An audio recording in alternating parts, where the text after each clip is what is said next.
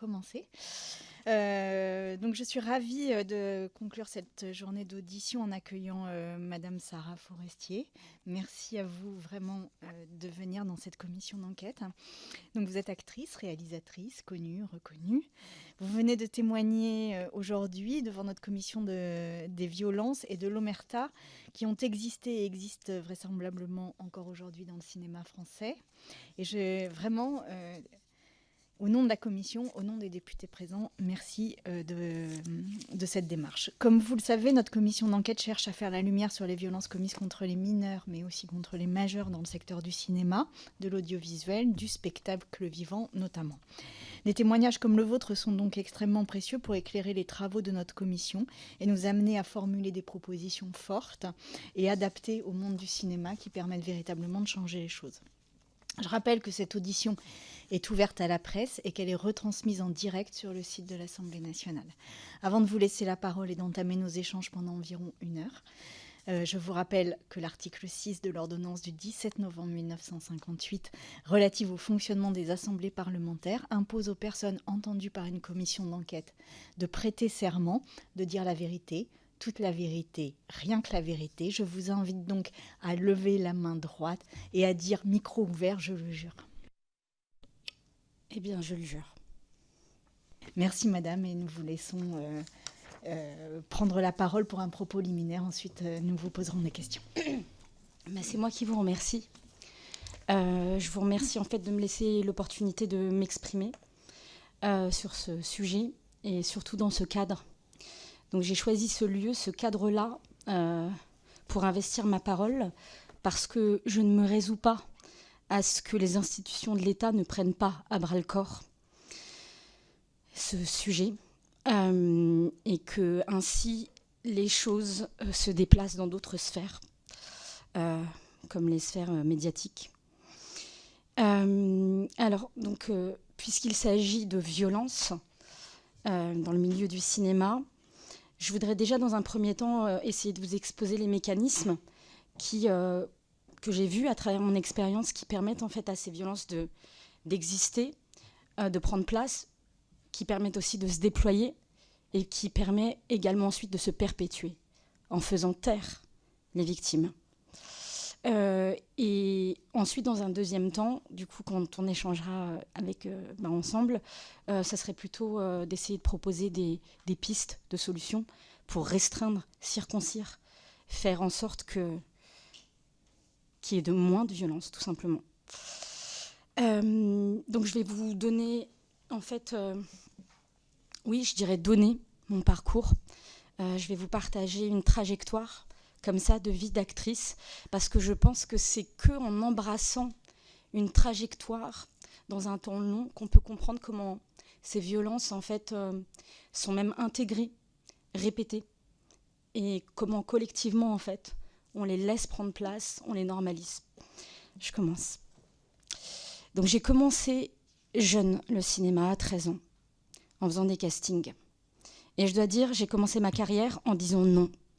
Lors de mon premier casting, quand on m'a demandé de retirer ma culotte pour la faire tournoyer dans les airs, parce qu'il y avait une scène soi-disant comique pour ce court-métrage, et je devais la faire atterrir dans l'assiette d'un autre personnage. J'ai dit non. Et là, on m'a toisé avec pression, ils étaient outrés. Comment est-ce que j'osais dire non ? J'avais 13 ans, j'étais personne, j'avais jamais fait de film. Mais j'ai dit non, et puis je suis partie. Et en fait, ces noms, ils m'ont accompagnée toute ma carrière. C'est des noms qui constituent votre carrière, mais aussi votre personnalité, votre rapport aux autres, votre rapport à votre corps. Plus tard, pas très longtemps après, je fais mon premier film, L'Esquive. J'ai 15 ans. Sur le plateau, un des régisseurs, alors qu'on attend entre 2 scènes, me dit « J'ai envie de te faire l'amour dans les fesses ». Il a 30 ans. Il a 30 ans, j'ai 15 ans. Bon, je suis choquée. Mais heureusement, un autre régisseur l'arrête immédiatement et lui dit « Non, mais t'abuses là. Elle est trop jeune, t'abuses, quoi. » Et ça s'est arrêté là. On est passé à autre chose et ça a été un non-événement. On n'en a pas reparlé, ça a été un non-événement. Il se trouve qu'un peu avant, sur ce tournage, il y a eu une scène avec un acteur qui devait en fait tenter de m'embrasser dans la scène. Et cet acteur, il s'amusait à cracher par terre avant les prises pour m'humilier. Bon, j'étais mal. J'en ai parlé au réalisateur qui m'a dit de l'ignorer, que c'était juste un petit con. Et voilà, on utilise toujours des termes, petit con, des mots qui, en fait, ne définissent pas les choses. J'y reviendrai. Et donc, le réalisateur est quand même allé voir cet acteur pour le recadrer. Et puis, on est passé à autre chose. C'était un non-événement. Et il y a aussi ce rapport au corps. Je me souviens notamment, lors de ce tournage, une scène où, en fait, on avait les mains sur le capot d'une voiture. La portière était ouverte. Et puis, quelqu'un, sans faire exprès, a fermé la portière. Mon doigt est resté dans la voiture. J'étais blessée, mon doigt était tordu, il était violé. Ils ont appelé les pompiers, on a arrêté le tournage. On a arrêté la scène. Et pendant qu'on attendait les pompiers, le réalisateur est venu me voir et m'a dit « Sarah, est-ce que ça serait, je crois, formidable si on pouvait utiliser l'état dans lequel t'es ?» Effectivement, j'étais blême, j'étais blanche. Et si on pouvait utiliser cet état de fébrilité, en fait, pour tourner une scène dans la voiture et que ça serait fort. Alors, je suis retournée dans la voiture et j'ai tourné cette scène en étant dans cet état. Donc ce rapport au corps, je l'ai intégré très tôt en fait. Et c'est ce rapport au corps qui fait que dans d'autres films, par exemple, je me rappelle un film où on tournait une scène où j'étais dans un bassin, où je nageais, et on tourne, vous savez, on fait beaucoup de prises, on tourne des heures, et dans l'eau, on attrape très vite froid. Et c'est ce qui fait qu'à un moment donné, je me retrouve à force avec la bouche violette presque bleue, la mâchoire qui claque, j'ai mon corps qui presque convulse. Et on vient me prendre dans les bras et on me dit que je suis courageuse. Et c'est vrai, on donne tout en fait. Je pense que quand on fait ce métier, il y a cette expression, on dit on se donne corps et âme. Et on a envie de faire le meilleur. Je me rends compte en fait que tout le long de ma carrière, j'ai été vraiment un bon soldat, un bon petit soldat. J'essayais de tout donner pour une œuvre, tout donner pour un metteur en scène. Et il y avait cette idée de ce rapport au corps. Et le rapport au corps, c'est aussi me retrouver nue dans une scène, alors que j'avais jamais été nue devant quelqu'un d'autre, dans mon intimité, dans ma vraie vie à moi. J'étais jeune. Et être actrice, c'est aussi être sexuée avant même d'avoir investi sa propre sexualité.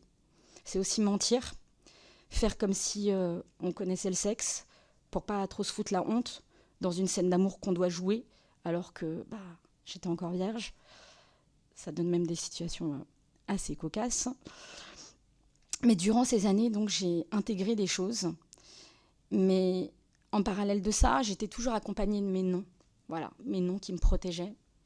Par exemple, tout au long de mon parcours, effectivement, j'ai rencontré des metteurs en scène qui m'ont dit qu'ils voulaient coucher avec moi et qui m'ont fait sentir du chantage, que si c'était pas le cas, je savais bien que j'aurais pas le rôle.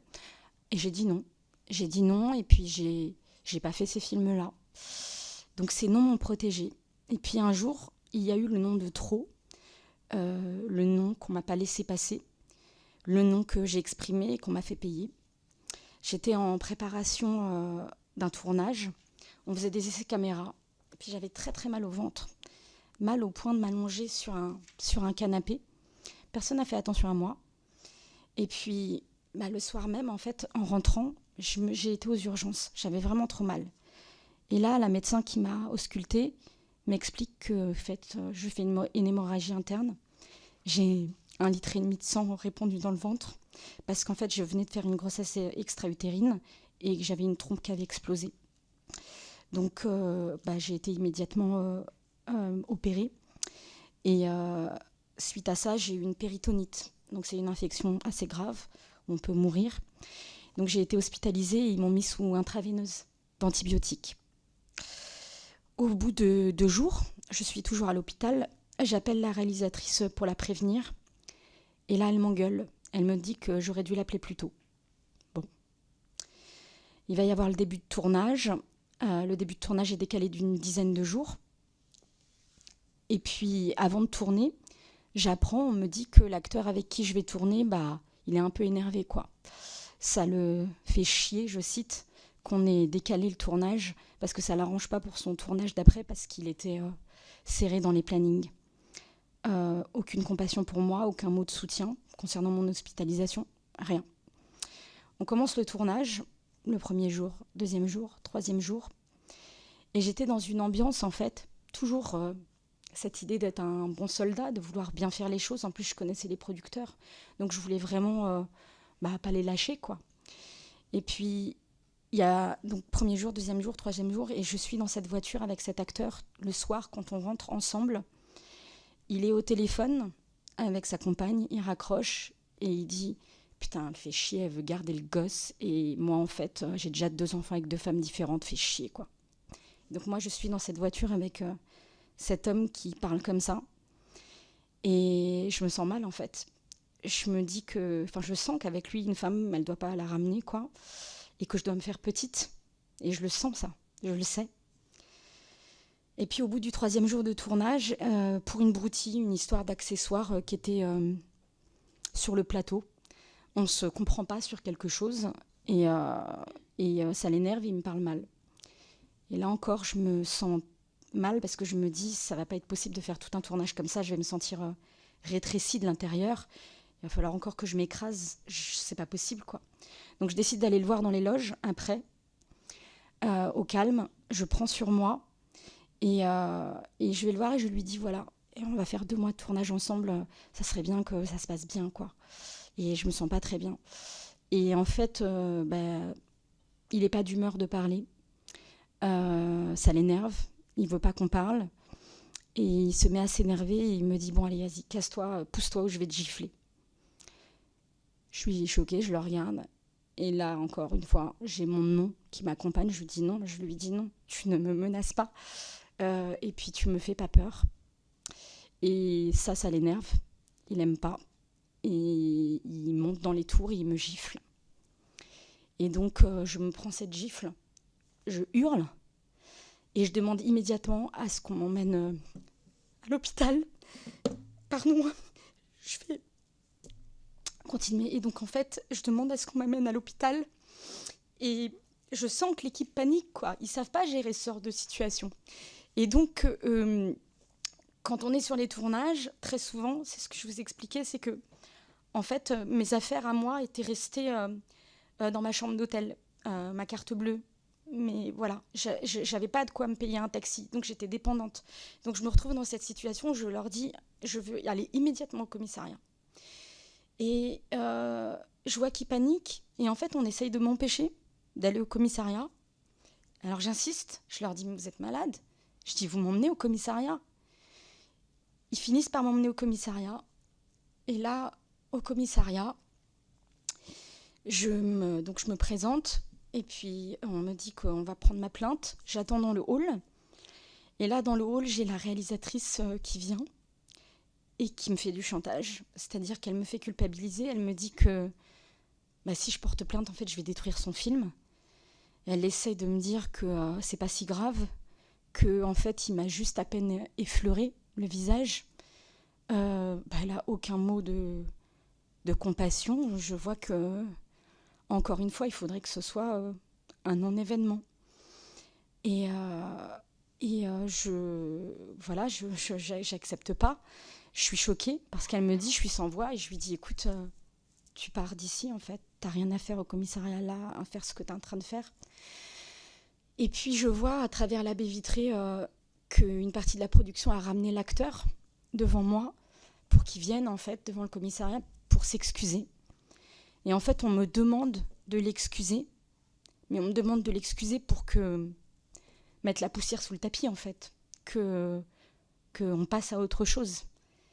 Et moi ça aurait été, je sais pas, il m'aurait juste insulté à la limite, d'accord, mais là c'était en 20 ans de carrière, on m'avait jamais frappé, personne n'avait jamais levé la main sur moi. Donc, j'ai dit non.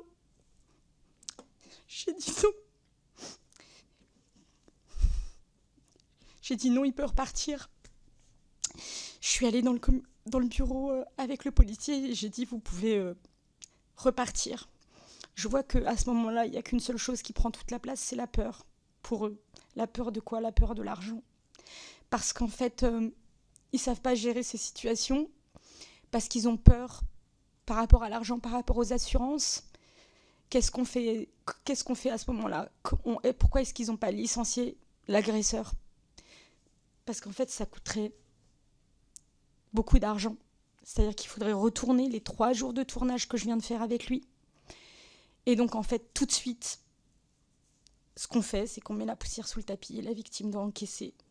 Et c'est ce que je n'ai pas fait. Et donc, après, je suis sortie du commissariat, puis je suis rentrée chez moi. On était en province, je suis rentrée à Paris. Je me sentais seule, je voulais me protéger. Évidemment, j'ai pas dormi de la nuit. J'ai pas dormi de la nuit et l'état dans lequel j'étais. En fait, j'étais encore sous traitement antibiotique oraux cette fois. Et en fait, j'ai eu très très mal au ventre toute la nuit. Et le lendemain matin, j'ai été voir un médecin. Et il m'a auscultée, il m'a dit je te mets tout de suite en arrêt maladie. J'ai 3 médecins qui m'ont mis en arrêt maladie. Ma gynécologue, le médecin qui s'était occupé de moi pour ma péritonite à l'hôpital. Et les 3 m'ont prescrit un arrêt maladie parce qu'en fait, mon inflammation, quand ils m'ont auscultée, avait repris. Et ils m'ont dit qu'il fallait absolument que je me repose, que je prenne soin de mon corps, de moi, parce que sinon, en fait, je risquais de plus pouvoir avoir d'enfant, puisqu'il ne me restait qu'une seule trompe. Et donc, je décide de prendre soin de moi.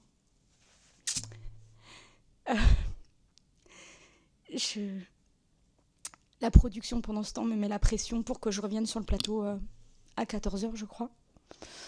Et quand ils voient que je ne suis pas là sur le plateau et qu'on leur donne l'arrêt maladie, tout de suite, il y a un renversement de la situation. Un inversement de la culpabilité, de la responsabilité. Et je vois que je deviens l'ennemi, en fait. Celle qui met en danger l'argent de ce film.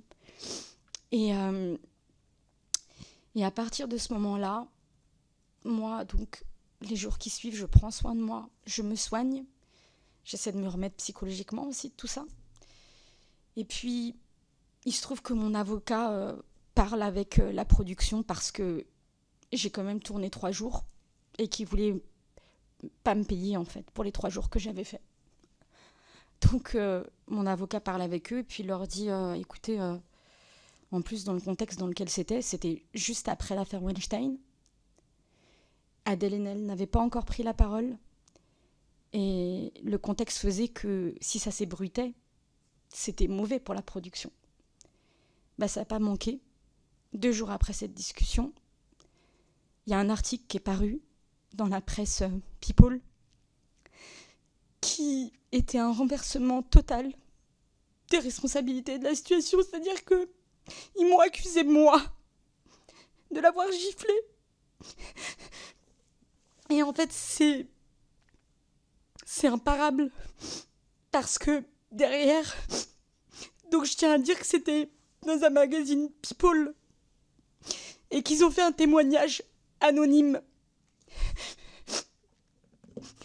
Totalement mensonger.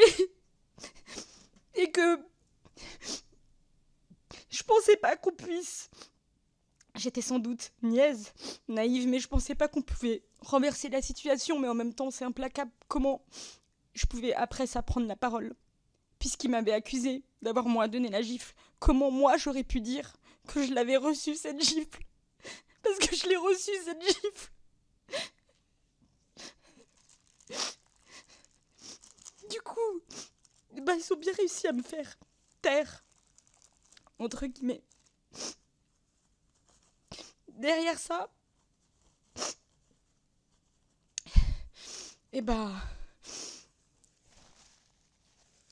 c'était comme un coup de massue supplémentaire, évidemment, psychologiquement, en sachant que moi je le voulais, cet enfant, déjà. J'aurais aimé avoir un enfant et c'était déjà très dur pour moi psychologiquement. J'avais été en fait dans un état de faiblesse et recevoir toutes ces violences dans cet état de faiblesse, c'est ce qui fait que j'étais pas armée. J'étais pas forte en fait pour pouvoir face à ces situations. Et quand ils ont mis ce dernier coup implacable, j'étais à terre, j'étais terrassée, je me souviens. Ça me fait très mal de repenser à ça, mais je me souviens avoir été... Pardonnez-moi. d'avoir été à quatre pattes, à genoux, dans mon salon, sur mon parquet, en train de pleurer, parce que je venais d'apprendre l'article. Et je me souviens de cette image. Je me souviens de moi, à quatre pattes sur ce parquet. Ah oui, ça oui, je m'en souviens. J'ai eu envie de mourir.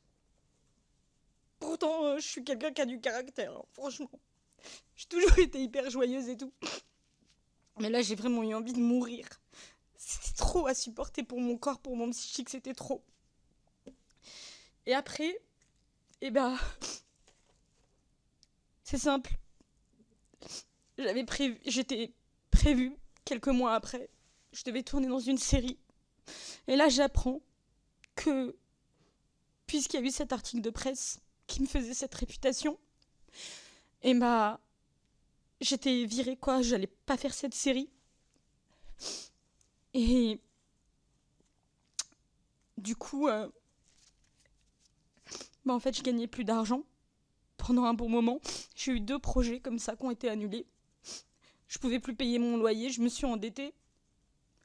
Comme en plus je comptais sur le tournage, là où j'ai été giflée pour pouvoir avoir de l'argent pour tenir pendant un certain temps. Vous savez, nous les acteurs, on travaille un temps, puis après pendant un an, on peut ne pas travailler. Donc, bref, je me suis endettée. Et puis là, je sais pas, j'ai survécu comme je pouvais. Suite à ça, j'ai finalement quand même réussi à retourner dans des films. Mais j'arrivais dans un état... j'ai été dégoûtée du cinéma, en fait. Donc, en fait, j'avais plus confiance aux équipes de films. J'étais dans la défiance. J'aurais jamais imaginé qu'on puisse se comporter comme ça. Et je pense même que c'est difficile à croire, en fait. Je pense que les agresseurs, ils se défaussent, et les complices aussi, parce que, en fait, c'est trop difficile, je pense, de voir de manière aussi crue la violence et même la cruauté. Donc voilà, j'ai continué à faire des films, j'ai bientôt fini. J'ai continué à faire des films, et voilà, j'avais plus confiance aux gens. Et en fait, quand j'arrivais sur les plateaux, je voyais dans le regard des gens que, comme on dit, ta réputation te précède, avec tout ce qui avait été dit sur moi. Je les voyais me regarder avec un regard de jugement. Et moi, j'étais déjà tellement... En fait, j'avais cette sensation d'injustice à l'intérieur de moi, très forte. C'était tellement injuste ce qui m'était arrivé. Alors de voir des gens qui me regardaient comme si c'était moi qui étais coupable, c'était encore pire. Du coup, c'est un cercle vicieux qui se passe. C'est que, du coup, vous êtes encore plus sur la défensive. Et plus vous êtes sur la défensive, plus les personnes en face disent « Ah, tu vois, elle est bizarre. Tu vois, elle est bizarre. Il y a quelque chose. » Et c'est comme un piège. C'est si bien fait. C'est comme un piège qui se referme sur vous. Et pour en sortir, on a l'impression qu'on n'en sortira jamais, en fait. Et donc, un tournage, 2 tournages, et en fait, c'est comme un cercle vicieux, puisque si ça se passe pas bien sur le tournage d'après, ça confirme que vous étiez vous le problème. Et j'ai continué des tournages comme ça, mais en fait, j'étais pas bien. Je me sentais humiliée, oppressée par quelque chose qui s'était refermé sur moi. Et alors, qu'est-ce que j'ai fait ? Je pense comme toutes les femmes qui sont victimes de violences dans ce genre de milieu, je me suis retirée. Je me suis retirée parce que c'est la seule solution. Je me suis retirée pour essayer de me reconstruire dans mon coin. Et puis, il y a eu le témoignage d'Adèle Haenel. Et il y a eu la libération de la parole. J'ai lu une interview, je suis tombée sur une interview d'Isabelle Adjani. C'était incroyable. Isabelle Adjani expliquait dans cette interview, je pourrais vous la transmettre, exactement ce qui m'est arrivé. Elle explique qu'elle était au théâtre. Elle a joué dans une pièce. Un acteur qui est violent l'avait frappée, l'avait giflée, je crois. Et elle avait quitté la pièce et elle me dit, j'essaie de me remémorer ces mots, mais ça résonne encore dans ma tête. Elle dit, j'ai arrêté la pièce et tout le monde m'était tombé dessus, comme si c'était moi qui étais responsable.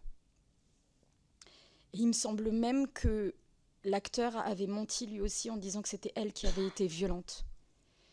Et quand je pense à ça, Isabelle Adjani, je peux pas m'empêcher de penser à ce sketch qui était même passé au César, où on dit, je sais pas si vous connaissez ce sketch, où on se moque d'Isabelle Adjani en disant « Je ne suis pas folle, vous savez ».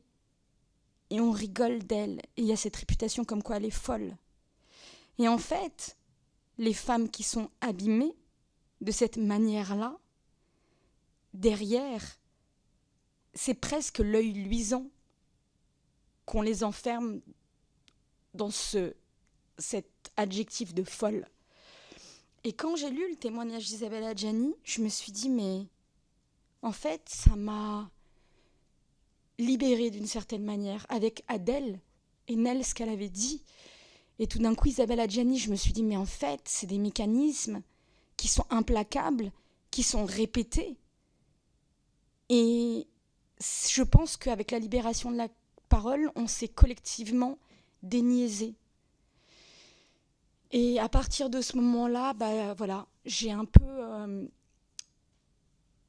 pu structurer les choses dans ma tête, comprendre ce qui m'était arrivé. Et il y a quelque chose de très important que je voudrais dire aussi, c'est que, vous savez, quand vous êtes dans ces moments-là, que vous êtes dans la descente aux enfers, on vous somme de faire un examen de votre propre parcours pour voir si vous-même, vous n'avez pas fait des erreurs. Parce qu'en fait, si vous n'êtes pas une victime parfaite, on n'accepte pas que vous soyez une victime. Et en fait, c'est un piège, parce que ça n'existe pas, une victime parfaite. Et donc, en fait, on vous somme déjà, vous, de vous dire, mais sur tel tournage, il s'était passé ça quand même, t'avais fait ça. Et en fait, on vous somme de regarder toutes vos erreurs. Et excusez-moi l'expression, mais c'est comme si on vous faisait manger votre tartine de merde jusqu'au bout. Vous devez, vous, faire un examen de conscience pour qu'ensuite on accepte de dire « Ah oui, peut-être tu as été victime de quelque chose ». Et je voudrais dire que moi, en fait, quand j'ai commencé à me reconstruire et à aller mieux, c'est à ce moment-là que j'ai pu regarder moi aussi, puisque je voyais un système, j'ai commencé à me déniaiser, voir le système. Et bien après ça, j'ai pu faire un examen de mon parcours ici et de voir les violences que j'avais pu répéter. Et j'ai appelé des gens pour m'excuser, de leur dire voilà, si je t'ai mal parlé à ce moment-là, si j'ai pu te heurter, te blesser, si voilà, j'étais mal et que tu l'as pas vu et que c'était un peu rude, je m'en excuse. Et on essaye de faire le maximum pour voilà, faire cet examen de conscience aussi, de se dire que peut-être moi, sur mon film, j'avais pas assez protégé mes actrices, que sur mon film que j'ai réalisé, je me suis rendu compte après coup que j'avais tellement intégré une manière de faire du cinéma. J'avais commencé sur l'Esquive avec un metteur en scène qui est un grand metteur en scène, mais où les violences sont intégrées. Et je me suis rendu compte que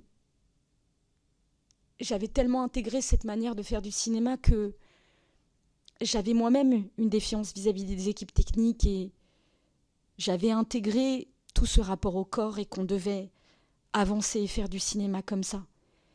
Et même ça me rend triste parce que je me dis, mais en fait, c'est pas Sarah, c'est pas moi qui veux faire du cinéma comme ça. Et donc, je l'ai fait, cet examen de conscience-là. J'ai appelé les personnes que j'ai pu heurter. Mais je voudrais dire quelque chose, ou des personnes, par exemple, que j'avais pas rappelé, qui avaient fait des castings pour mon film et que j'avais laissé traîner. Et je me disais, mais parce que avec le réalisateur de l'Esquive, c'était pareil. C'était parfois 6 mois de casting et puis on vous donne pas de réponse. Et puis je me disais, c'est pas grave, tu l'as vécu, Sarah, tu en es pas morte. Mais en fait, voilà, il y a des gens que j'ai pas rappelés. Il y a des gens... Et en fait, c'est des humiliations, c'est pas acceptable. Et donc, voilà, je me suis excusée au maximum de personnes à qui j'avais pu faire ces choses. Mais pour terminer, je voudrais juste dire une chose, c'est que il y a une grande injustice quand même, parce que Isilde Lebesco en parlait très bien aussi dans son livre, Dire vrai, elle disait qu'elle s'était rendue compte aussi de choses qu'elle avait pu reproduire sur son propre tournage avec ses acteurs. Mais cet examen de conscience, c'est nous qui le faisons. C'est pas les agresseurs. Ils le font pas eux. Et il y a un espèce de relativisme aussi dans le cinéma qui met sur le même plan, par exemple, le fait que on peut avoir fait l'erreur de mal parler à quelqu'un, mais ils vont mettre ça sur le même plan qu'un acteur qui gifle ou qu'un acteur qui fait une agression sexuelle. Et ce relativisme-là, franchement, pendant un moment, je me suis dit, mais est-ce que vraiment, c'est parce que dans leur tête, c'est vraiment au même niveau ? Non, maintenant, vraiment, je pense que c'est tout simplement encore une autre stratégie pour toujours ne pas vouloir regarder ce que font vraiment les agresseurs. Voilà, mal parler à quelqu'un, c'est pas la même chose que de frapper, que d'agresser sexuellement, de violer. Et voilà, je vais terminer par une dernière phrase. Je voudrais juste dire que moi, je ne souhaite pas que mon agresseur soit empêché de faire du cinéma. Je ne souhaite pas que son nom soit placardé, c'est pour ça que je ne le dis pas aujourd'hui. Et d'ailleurs que je ne l'ai jamais dit publiquement. Je ne souhaite pas qu'il soit banni. Je veux simplement que mon agresseur aille en prison. Parce que frapper une femme alors qu'elle sort de l'hôpital et qu'elle ait utilisé ce moment de faiblesse pour la frapper, ça a détruit des années de ma vie. Voilà, mais je ne veux pas de peine de mort sociale, je ne veux pas de peine de mort professionnelle. Je veux simplement que, le nom de cette personne, de mon agresseur, je l'ai donné dans la sphère judiciaire. Et je veux que la justice soit rendue dans le cadre judiciaire, mais qu'elle soit vraiment rendue. Et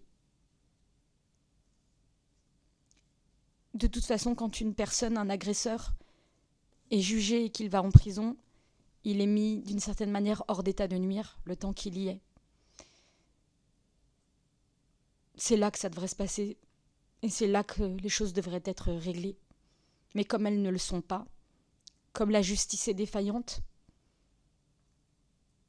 les choses se déplacent. Et je comprends tellement que ce soit difficile aussi pour les victimes, cette impunité. Quand vous voyez votre agresseur passer à la télé, c'est insoutenable. Donc si la justice fait rien, qu'est-ce qui va se passer ? On va laisser comme ça tout se régler dans la sphère médiatique ? Voilà. Merci beaucoup pour ce témoignage extrêmement fort sur le caractère systémique peut-être des violences, mais surtout sur le système qui se met en place pour que les violences ne soient pas, restent tues à l'intérieur d'un monde. Moi, je voudrais vous poser une question et vous n'êtes pas obligé d'y répondre si vous ne le souhaitez pas. De quand date la plainte et êtes-vous certaine d'être dans un... Avez-vous une notification du fait qu'il y avait une instruction de cette plainte ou non ? Alors, j'ai porté plainte. En fait, le jour où ça s'est passé, donc j'ai été au commissariat. Et quand j'ai été devant le policier, il m'a expliqué que ça allait être plus long si c'était une plainte et que je pouvais tout à fait faire d'abord une main courante. Donc en fait, immédiatement, quand ça s'est passé... Donc en fait, quand ça s'est passé immédiatement, j'ai déposé cette main courante et je suis vite rentrée à Paris. Et puis après, en fait, j'ai été tellement écrasée par tout le reste, tout le truc médiatique derrière, le renversement, qu'en fait, j'étais complètement à côté de mes pompes, quoi. Je voulais me suicider, j'étais très très mal. Et puis on me disait, mets pas de l'huile sur le feu, Sarah. Arrête d'en parler, c'est mieux, continue.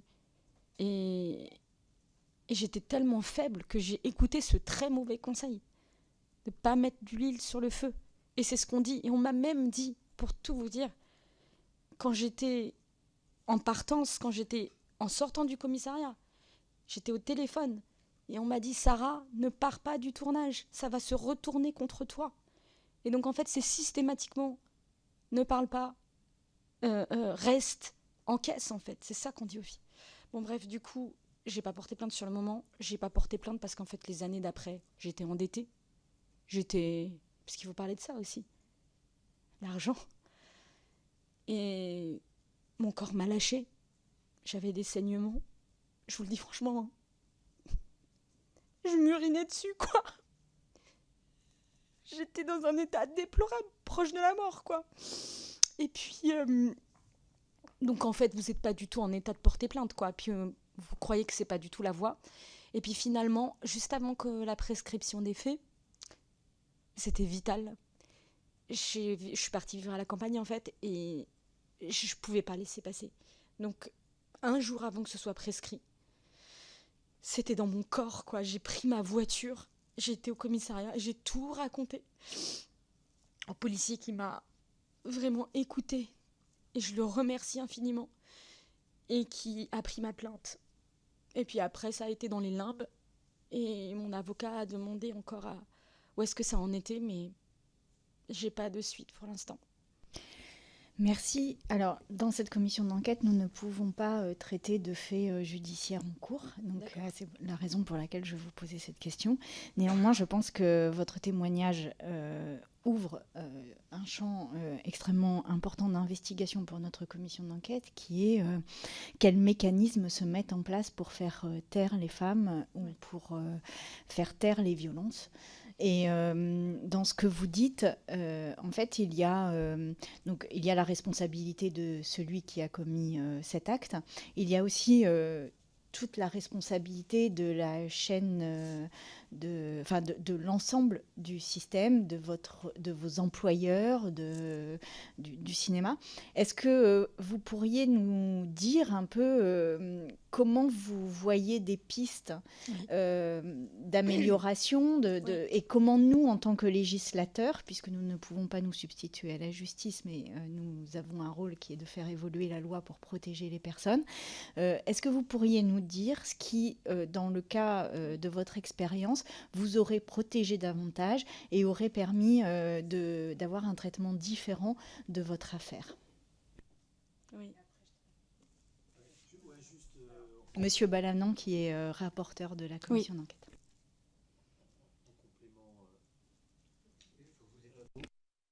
Pardon. Juste en complément et dans le même sens, juste avant quand même, vous êtes une des plus grandes comédiennes des 20 dernières années. Vous avez reçu 2 Césars et vous venez de nous décrire la machine à broyer des talents. Et je vous remercie parce que vous allez nous apporter beaucoup de choses. Et donc, je le dis avec sincérité, émotion, parce qu'on a auditionné déjà beaucoup de personnes et vous faites partie des auditions qui vont certainement marquer cette commission d'enquête. Donc pour rebondir sur la question qui a été posée, hein, donc c'est la même question en réalité. On voit que vous avez tenu pendant presque 20 ans de votre carrière. Parce que vous nous avez décrit quand même que ça a commencé par... on vous a demandé d'enlever votre culotte à 13 ans. Oui. Ça a commencé là et vous nous avez décrit d'autres... vous avez tenu tout ce temps-là. Quels mécanismes permettent de tenir, d'avoir la carrière, le talent, les succès, les films magnifiques que vous avez faits? Et comment ce milieu peut se permettre de faire fonctionner ce système et à un moment donné de détruire un talent comme quelque part on jette une vieille paire de chaussures? Je ne vois pas d'actrice qui n'a pas été abîmée. Aucune. Personne ne passe entre les gouttes. Aucune. Quand on voit les larmes de Juliette Binoche, il y a encore d'autres choses derrière. En tout cas, je n'ai pas vu de femmes qui passent entre les gouttes. Alors oui, bien sûr, moi, c'est aussi pour ça que je suis venue, c'est pour les pistes. Déjà, la première chose qui est fondamentale, c'est la question des assurances. C'est-à-dire qu'en fait, si l'agresseur porte la responsabilité financière, alors une production peut faire ce qu'elle devrait faire, c'est-à-dire arrêter le tournage, jauger la situation et extraire l'agresseur. Et si on doit retourner 3 jours de tournage sans lui, et qu'il y a 3 jours qui sont perdus financièrement, c'est lui qui en porte la responsabilité. Et en fait, c'est ça le nerf de la guerre. C'est vraiment les assurances. Déjà, premièrement.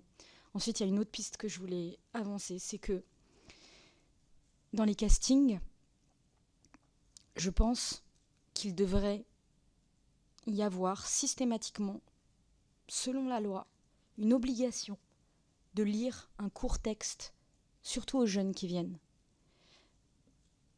qui serait un texte très simple, qui dirait, voilà, on va passer un casting, si à un moment donné tu es mal à l'aise avec quelque chose, si tu ne te sens pas de le faire, tu as le droit d'arrêter le casting et de ne pas faire la chose. Si c'est un texte très court, qui est obligatoire avant chaque casting, eh bien, les gens seront informés en fait. Les jeunes seraient informés. Parce que quand on est jeune et qu'on arrive dans les premiers castings, on ne sait pas qu'on peut quitter un casting. On ne sait pas qu'on peut dire non.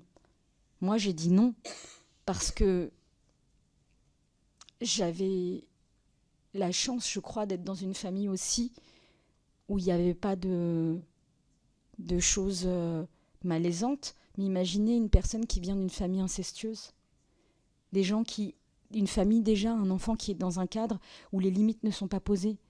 Il vient dans un casting, on lui demande de retirer sa culotte. Et je veux dire, les limites, c'est pas lui qui va les poser. Donc je pense qu'il faudrait quelque chose d'informatif, très simple, pas quelque chose de laborieux. Mais en fait, ces choses, c'est même dingue que ça n'existe pas. Mais si, quand un jeune arrive, imaginons même qu'il vienne d'une famille incestueuse, il arrive pour faire un casting et puis il lit un texte très court où on lui dit « Si t'es pas à l'aise avec quelque chose, t'as le droit de dire non et de partir ».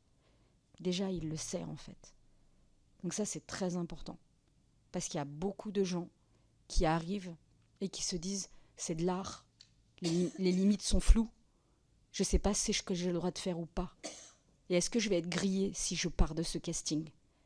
Et juste pour vous donner une anecdote, vous savez, quand j'ai réalisé mon film, je me suis rendu compte que j'avais tout d'un coup j'avais plusieurs directrices de casting et il y en avait une qui filmait, qui avait casté des gens, des jeunes gens, et je me suis rendu compte qu'elle leur avait fait jouer des animaux, mais de manière humiliante. Et je vois ça, et puis elle dit à l'acteur « Tiens, joue le chien, fais le chien, fais tel animal ». Je l'ai viré sur le champ. Mais vous vous rendez compte ? C'est-à-dire que les humiliations, ce genre de choses. Il y a des accompagnements pour les mineurs sur les plateaux.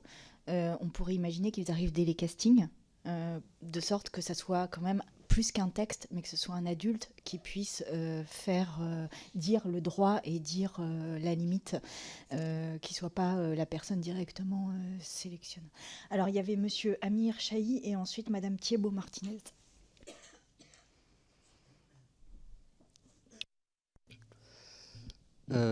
Madame Forestier, je voulais vous poser une question. Est-ce que quand vous êtes entrée ou peut-être juste avant d'entrer dans ce tunnel que vous nous avez décrit, dans la profession et surtout auprès de comédiennes, vous avez pu trouver des points d'appui, des points d'aide, des points d'ancrage pour parler de ce qui vous était arrivé, ou pas du tout? Je pose la question parce que lorsque MeToo a explosé, lorsque Adèle Haenel a pris la parole, lorsque la libération de la parole a eu lieu, une phrase revenait souvent, c'est « tout le monde savait ». Tout le monde savait que c'est comme ça que ça se passe dans le cinéma. Bon. Et vous écrivez parfaitement la question de façon systémique. Et je voulais savoir si vous parlez de votre isolement. Est-ce que il y avait pour vous la possibilité, ou cette possibilité n'existait pas, de vous rapprocher de consoeurs qui auraient pu, à ce moment-là, trouver le reflet de leur propre expérience, ou est-ce qu'il a vraiment fallu attendre que Adèle Haenel et d'autres parlent pour que vous vous sentiez en situation de le faire, mais vous toute seule? Alors, si vous en êtes d'accord, on va prendre plusieurs questions et comme ça, vous pourrez... Alors, Madame Thibault-Martinez et après Monsieur Taverne. Je vous laisse noter. Merci. Bon, déjà, vraiment vous remercier pour votre témoignage qui est très fort, et je pense que c'est pas évident d'être là et de raconter tout ça. Ça nous est fort utile, bien sûr, et vraiment merci pour ça. Moi, je voudrais réagir à la proposition que vous faites sur un texte qui pourrait être lu, donc notamment aux mineurs, dans un casting. Je comprends l'intérêt, hein, et je vois, il y a le côté un peu, si le texte qu'on a lu, il correspond pas à ce qu'on demande à l'enfant, en gros, l'enfant, il se lève et il se casse, quoi. C'est un peu ça. Sauf que je trouve que dans cette proposition-là, ce qui peut être problématique, c'est qu'on fait porter la responsabilité des limites à un enfant, et justement vous donniez l'exemple d'enfants qui auraient pu subir par exemple des violences sexuelles. On sait que la perception, le rapport au corps pour des victimes de violences sexuelles n'est pas du tout la même que pour un enfant qui a évolué dans un environnement où il n'a jamais été confronté à ça. Et du coup, est-ce qu'il n'y aurait pas plutôt une autre forme de protection qui pèserait davantage sur les responsables des castings plus que sur les personnes qui viennent pour faire ce casting? Merci, Monsieur Taverne, et ensuite vous répondez. Merci, Madame la Présidente. Monsieur le rapporteur, Madame Forestier, alors on a tous été, je pense, marqués par votre émotion qui nous a touchés aussi, moi à titre personnel notamment. Vous avez vécu des situations difficiles, vous l'avez mentionné, 13 ans, 15 ans. Donc moi j'aurais deux questions, parce qu'effectivement vous avez dit quelque chose qui est extrêmement important, c'est on donne tout, qui peut entraîner justement quelques dérives et d'installer en fait une culture du silence. C'est-à-dire qu'il s'est passé quelque chose, mais on a préféré ne rien dire. Justement, à ce moment-là, est-ce que vous avez signalé comme quoi, effectivement, on vous a demandé de retirer votre culotte? C'est quand même une situation particulière, quand même, surtout à cet âge. Donc, est-ce que vous avez quand même signalé? Est-ce que, justement, dans ce cadre de commission d'enquête, on pourrait avoir des axes d'amélioration? C'est-à-dire que sur les tournages, bah oui, peut-être avoir... Alors, il existe, comme on disait tout à l'heure, des coordinateurs d'intimité, mais plutôt, à la rigueur, des encadrants pour les mineurs. Et surtout, quel dispositif serait justement pertinent pour stopper cette culture du silence? Parce qu'effectivement, vous avez mentionné cette question d'assurance, qui effectivement, c'est une question primordiale. Et d'ailleurs, on aura l'occasion d'auditionner les assurances. Mais est-ce que vous voyez aussi peut-être un autre dispositif, autre que les assurances, pour mettre fin en fait à ce cercle vicieux, pour essayer vraiment de stopper ce qui est absolument insupportable aujourd'hui dans le monde de l'audiovisuel? Merci. Merci beaucoup, je vous en prie. Si, alors, déjà, ce que vous dites, monsieur, sur les appuis dans le milieu et le fait qu'on puisse se référer à quelqu'un, et une consoeur par exemple, et qui nous dise, voilà, puisqu'il y a cette phrase de dire on savait, tout le monde savait. C'est ce qui m'est arrivé également, c'est-à-dire que quand j'en ai parlé effectivement autour de moi, bien sûr que j'en ai parlé. Les femmes parlent, bien sûr. Et effectivement, on me dit, à demi-mot, que on sait qu'il a frappé ses compagnes dans la vie privée. On me le dit. Mais, je veux dire, les responsabilités, pourquoi est-ce que ce serait les autres actrices, les autres victimes qui devraient mettre en place, qui devraient porter la responsabilité et mettre en place les choses, en fait? Le soutien, l'écho, la libération de la parole, on l'a bien vu. Moi, c'est des choses qui m'ont permis de structurer ma pensée, de comprendre ce qui m'était arrivé. Mais ce qu'il faut maintenant, c'est que c'est les gens qui ont le pouvoir, la responsabilité. Ce qui compte, en fait, c'est qu'il y ait une conséquence quand quelqu'un agresse, qu'il sache que derrière, financièrement, il va porter la responsabilité, et donc qu'il soit vraiment extrait du tournage.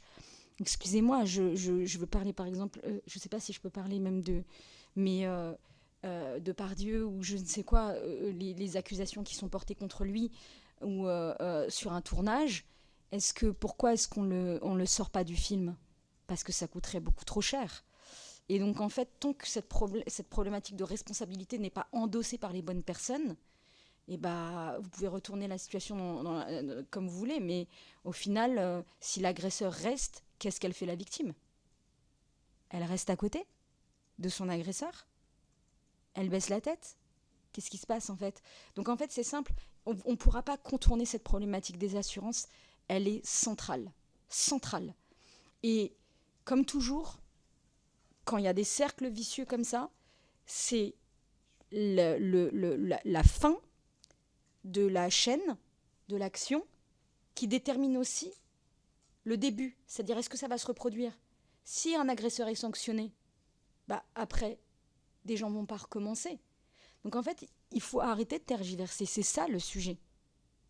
Déjà, premièrement. Ensuite, par rapport au texte, moi, de toute façon, j'ai une conviction, c'est que effectivement, les mineurs, pour moi, il faut un accompagnement. C'est même pas de question à se poser, c'est-à-dire qu'il faut un accompagnement parce que moi, je vous ai raconté des choses, mais j'aurais pu vous raconter beaucoup d'autres choses qui me sont arrivées même un projet qu'on m'avait proposé où un réalisateur m'avait demandé dans le film de m'insérer, soyez prêts, pardon, mais de m'insérer un œuf dans le vagin. Et il voulait que je le fasse pour de vrai. Et il m'a fait comprendre, c'est de l'art. Et si vraiment tu es une vraie artiste, tu serais capable de le faire. Donc j'en ai 1 milliard des anecdotes ahurissantes que vous pourriez écouter. Mais pour les mineurs, c'est sur un accompagnement. Après, pour les castings, moi j'essaie d'être vraiment pragmatique aussi, parce que je connais ce milieu du cinéma, et pour que les choses soient efficaces et que ça soit faisable. Donc, même si des gens ne sont pas mineurs, je pense que des gens qui arrivent pour la première fois à faire un casting, un texte qui dit si vous ne vous sentez pas à l'aise avec quelque chose, vous avez le droit de partir. C'est aussi important que d'expliquer aux enfants, c'est mon corps. En fait, c'est, comment vous dire, c'est pas rien en fait, de savoir qu'il y a des limites et qu'on a le droit de dire non. Ça peut paraître anodin que ça soit juste un petit texte, mais c'est pas rien parce qu'en fait, savoir, c'est déjà pouvoir. Donc c'est primordial et c'est des choses qui sont totalement faisables. Je veux dire, personne n'aurait d'excuse de pouvoir contourner ça. C'est-à-dire que systématiquement, dans tous les castings, eh bien oui, vous prévenez la personne, comme ça, il n'y a pas de traquenard, il n'y a pas de je ne sais quoi. Déjà, les mots, on force même les agresseurs qui seraient tentés d'eux à poser des mots de limite qui passent leur temps à vouloir effacer en fait, à vouloir invisibiliser. Donc, ça, c'est déjà une première balise. Ça n'empêchera jamais les agresseurs d'essayer quand même. Mais c'est comme un enfant à qui on a déjà dit « c'est ton corps, on n'a pas le droit de le toucher ». Quelque part, même s'il n'a pas la possibilité de dire non sur le moment. Je veux dire, on ne pourra jamais tous éradiquer, j'adorerais, mais éradiquer tous les incestes et toutes les violences. Mais petit à petit, avec des armes, on arme les cerveaux, on arme les consciences. Et à un moment donné, la personne, elle sait qu'elle peut dire non. Et ensuite, pardonnez-moi, monsieur, vous parliez de référents harcèlement, c'est ça sur les, vous pouvez me redire pardon la question, excusez-moi. Oui, bien sûr. Donc vous avez évoqué la situation que vous avez vécue à l'âge de 13 ans et une autre plus tard, 15 ans. Est-ce que justement vous avez signalé ces faits étant mineurs, et est-ce que vous pensez justement qu'aujourd'hui les mineurs, notamment sur les plateaux, devraient être encadrés? Alors on parle de coordinateurs. Alors oui, pardon. Oui, absolument. Mais comme je vous disais dans mon texte préliminaire, c'est que en fait, c'est des non-événements. Dire ne veut pas être entendu. Donc effectivement, bien sûr, quand il y a eu ce premier casting, moi je vous le dis je le dis très simplement. Je me suis dit, c'est des malades. C'est des dingos, quoi. Et ils étaient, je vais vous dire, pour moi l'expression, ils étaient en face de moi comme une bande d'adultes à me mettre la pression. Et encore une fois, j'ai de la chance, j'étais dans une famille où on m'a appris la liberté, on m'a appris qu'il y avait des limites et que j'avais le droit de dire non, quoi. Et donc je l'ai dit, oui, j'ai dû le dire à mon agent de l'époque, Mais comme beaucoup de choses, c'était des non-événements. Voilà. Après, je pense qu'il y a une autre chose que je voudrais proposer. C'est-à-dire que sur les mineurs, pour vous répondre, pour moi, c'est implacable. Il faut un accompagnement systématique. C'est hors de question de laisser les enfants à la portée d'une même possible agression. Je veux dire, risque 0, point barre, c'est des enfants, quoi. Après, pour les adultes, ce qui se passe sur les tournages, c'est qu'on a des référents harcèlement. Ça marche.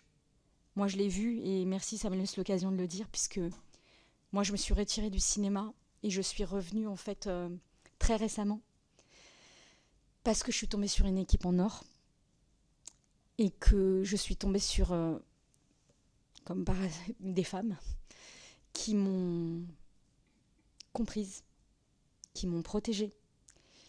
Et c'était la première assistante qui a vu le trauma dans lequel j'étais. Et je pense qu'il faut faire des formations, puisqu'il y a des formations sur les violences sexuelles. Je pense que le trauma, c'est très important. Parce que même si à partir d'aujourd'hui, on commence si on arrive à circonscrire les violences, qu'est-ce qu'on fait des femmes qui ont été abîmées avant ?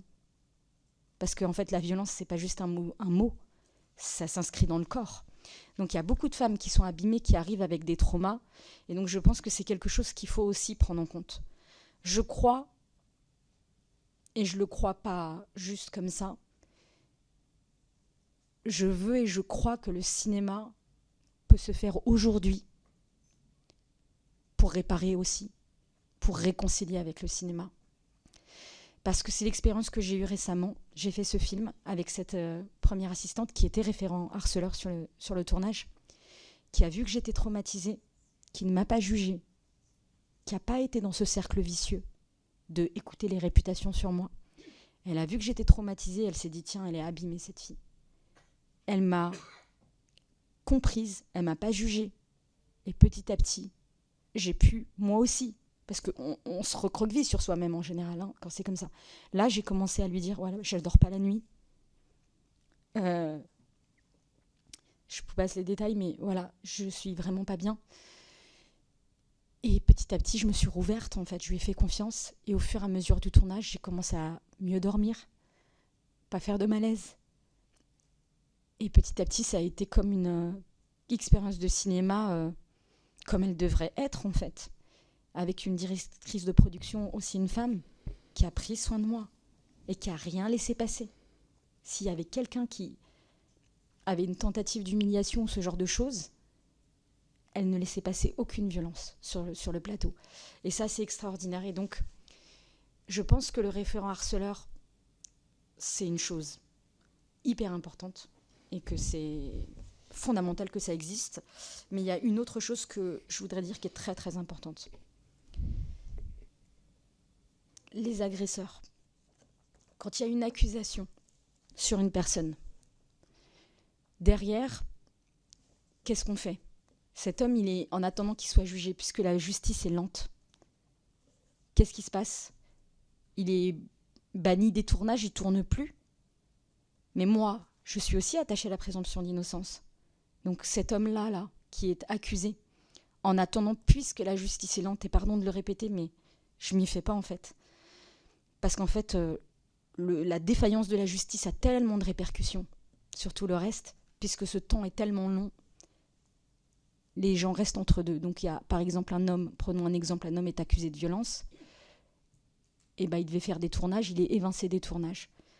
Moi, je proposerais que quand une personne est accusée, qu'elle soit accompagnée par quelqu'un pour être sûre et qui continue à faire des tournages.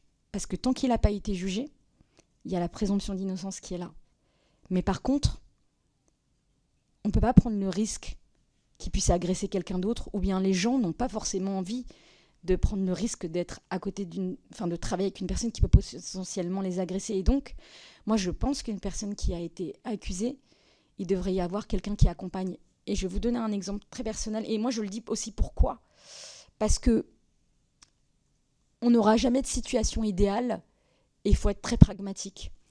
Par exemple, moi, si on me reprochait quelque chose, parce que, je ne sais pas, sur mon tournage, j'aurais mal parlé à quelqu'un, j'aurais, des torts que j'ai pu reconnaître.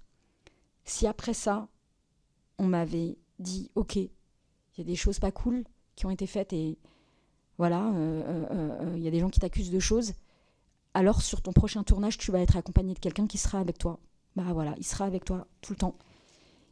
Bah moi, je le prendrais pas mal du tout. Au contraire, ce serait une occasion, si je suis innocente, bah de montrer que je me comporte bien en fait. Et moi, je pense que c'est une solution aussi parce qu'à un moment donné, si on est très sincère, enfin, si on regarde les choses frontales, des agresseurs, il doit y en avoir beaucoup. Beaucoup plus que ce qui est dit là. Je vais juste aller au bout de ça. Beaucoup plus que ce qui est dit là aujourd'hui. Si on veut vraiment que tout sorte et que rien soit mis sous le tapis, il va vraiment falloir pouvoir... qu'est-ce qu'on va faire après si les gens parlent vraiment que tout sort? Les agresseurs, il n'y en a pas que 2 ou 3. Il y en a beaucoup. Comment est-ce qu'on continue à travailler en fait? Ils vont tous partir du métier du cinéma? Jamais ça se passera ça. Et donc, si, en attendant d'être jugé, d'aller en prison ou je ne sais quoi, si on veut que... moi, je pense qu'ils doivent être accompagnés. Voilà. Merci beaucoup. On arrive à la fin de cette audition. Encore une fois, merci vraiment pour la sincérité de votre parole. Le rapporteur avait une dernière question et après, je vous propose qu'on conclue cette audition. Pardon. Je n'ai pas vu l'heure passer, donc j'avais plusieurs questions, mais tant pis, c'est pas dramatique. Juste, vous avez beaucoup parlé de ce texte, éventuellement. Moi, je voulais avoir votre avis sur le fait que, vous savez, si vous avez la connaissance du droit, et si vous le connaissez en tant que comédienne, en tant que réalisateur, en tant que chef opérateur, en tant que producteur, je pense que vous êtes même à même de vous protéger et de protéger. Donc, que pensez-vous d'un renforcement dans le métier du cinéma des règles du droit et du code du travail, parce que ce que vous venez de décrire juste là à l'instant très vite, il y a la présomption d'innocence, mais qu'est-ce qu'on fait en attendant? C'est déjà prévu dans le code du travail. C'est-à-dire qu'en attendant qu'il y ait un jugement, l'employeur doit prendre toutes les mesures pour protéger les autres salariés. Donc, vous voyez, ça existe. Donc, est-ce que vous pensez que vous, votre formation de comédienne, les formations des opérateurs devraient être renforcées par une meilleure connaissance du droit et du droit du travail en particulier? C'est une question un peu technique pour finir, j'en avais d'autres, mais j'ai choisi celle-là. Merci, et ce sera du coup la dernière réponse parce qu'on arrive à la fin. Oui. Moi, je pense que... Enfin, la formation évidemment, mais après, qu'est-ce qu'on fait quand la personne est là? C'est-à-dire que la formation, je crois que ça existe. Déjà, je crois que dans les contrats maintenant, il y a quelque chose. S'il faut le perfectionner, évidemment, bien sûr. Mais après, qu'est-ce qu'on fait concrètement? C'est-à-dire, est-ce que ces personnes, on les laisse ne plus faire de films et puis ça entretient aussi un doute de pouvoir se victimiser aussi? Alors que mais pardon, excusez-moi, je reviens juste à ça. La justice. Il faut donner tellement plus de moyens à la justice. C'est-à-dire que le problème, et c'est pour ça que je suis contente de parler ici aujourd'hui, c'est que les choses n'avancent pas parce que la justice n'est pas au rendez-vous. Les temps sont trop longs, il n'y a pas assez de moyens, et si ce n'est pas fait, on aura toujours les mêmes problèmes. Les femmes parleront et au final, ça fait comme un embouteillage. La situation n'avance pas. Donc, à vous.